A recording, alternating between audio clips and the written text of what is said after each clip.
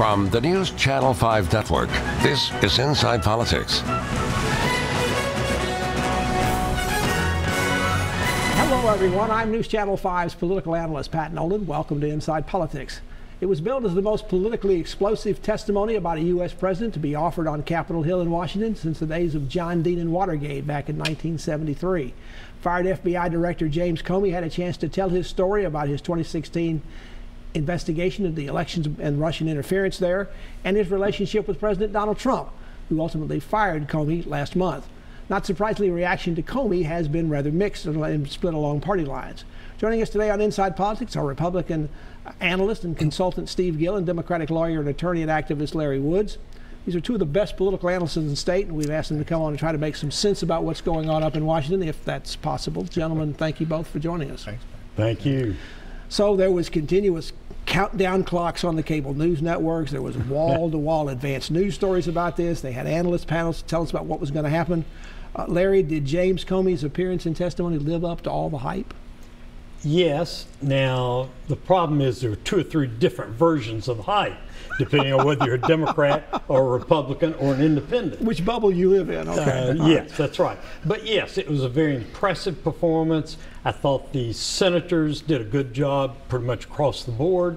Comey certainly did a good job. I know we're going to dispute different areas of his testimony, but in terms of the presentation and how he handled himself, no question, he did a good job. Steve, what did you think? I thought it did live up to the hype, and I thought it was interesting that the media actually probably was the biggest loser, because almost everything that's been reported has been proven false by what he testified to and what the national security folks testified to the day before. All the big controversy over was Trump under investigation? Did he tell Trump he wasn't under investigation? He admitted, yeah, I told him 3 times, you're not under investigation. But Larry, I thought a lot of the things that came up were actually confirming stories that may have been leaked by Comey, at least in one case, but were other stories that had already been out in the Washington Post and New York Times, and those turned out to be accurate. Now, there were some things that are still being disputed, but there was a lot of confirmations too. Were there too many confirmations and not enough new stuff coming out? I think that's pretty accurate.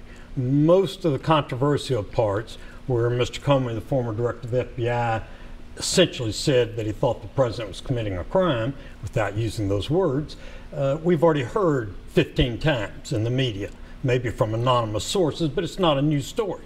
So in that sense, it was sort of anticlimactical. Comey could have done a better job if he'd been a Democratic strategist trying to get the president in trouble. But I don't think, I don't know the man, but I don't think that's how he saw himself. I think he wanted to redeem his reputation. I think from his point of view, he wanted to lay out what he viewed the facts as, and he did a good job at that. Steve, something different happened. The testimony by Director Comey was actually put out the night before. Usually congressional testimony is not given out till the day it happens or even as it happens. Did they make a mistake doing that? I mean, that was the story that night, the night before, all the things he was going to supposedly testify to the next day. And there didn't seem to be a second-day lead for that, which sort of left the president, and I thought, and his people who came back when they responded, they got the first lead on the second day when the actual testimony was being given. Yeah, and I think it was a little interesting that when he presented his 7 pages or so of written testimony, he presented it, he didn't read it, he didn't do an opening statement, he just said, okay, here's my written portion, then went under oath, and then testified. And I don't know if by presenting it in a written form, is it still under oath? Or did it just go under oath with what he actually said?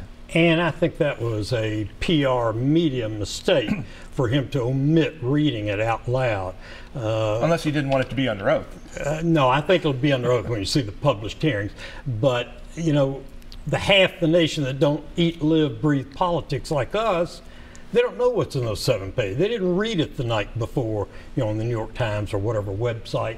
Yeah, I think that was a mistake not to read it. I do think, though, it underlined what Trump's problem was with him. I mean, on separate occasions, he kept confirming, you are not under investigation. Personally. And he would not say that publicly. When he announced that Hillary Clinton was not under investigation, then they reopened the investigation. Oh, I'm sorry, it was a matter. It wasn't an investigation, because the Attorney General tried to get him to tweak his words to say it was a matter, not an investigation with respect to Hillary Clinton.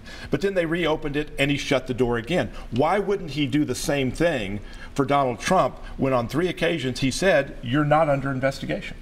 the Department of Justice written policy on this is no FBI officer, no Department of Justice officer is supposed to confirm or deny that there's an investigation.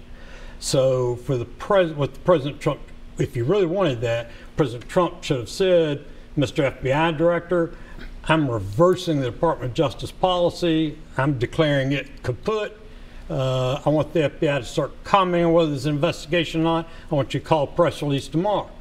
Now, is that Trump's fault that he didn't present that way, or Comey's fault for not hearing it that way? Who knows? Well, especially I think, though, when you compare it to, you had Loretta Lynch tweaking what they were calling an investigation, which would clearly be a violation of the Department of Justice. She was trying to comply with the Department of Justice policy. Or cover up for Hillary Clinton. We have plenty we can disagree about in 2017. Let's bring it up from 2016. One thing people were not sure about is whether the President Trump was going to get into this himself and live tweet during the session or what he was going to do.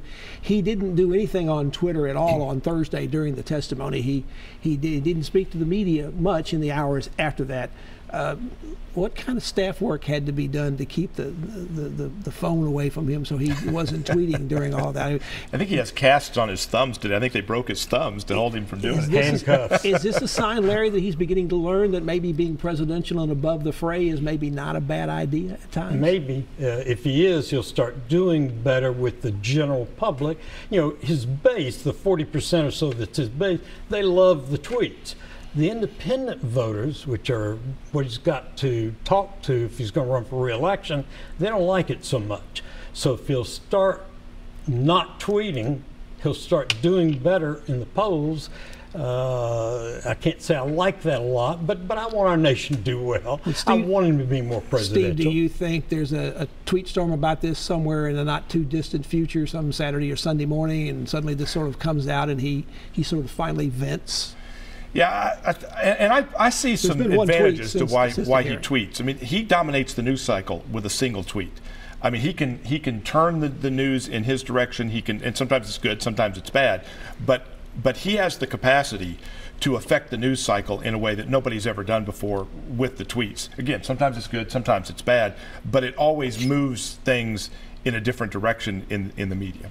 Let's take a break. We're talking to Steve Gill, Republican analyst, and Larry Woods, Democratic strategist, about what's going on in Washington, particularly what's going on this week with the testimony by ousted FBI Director James Comey. Back to continue our conversation about this and other things after this break.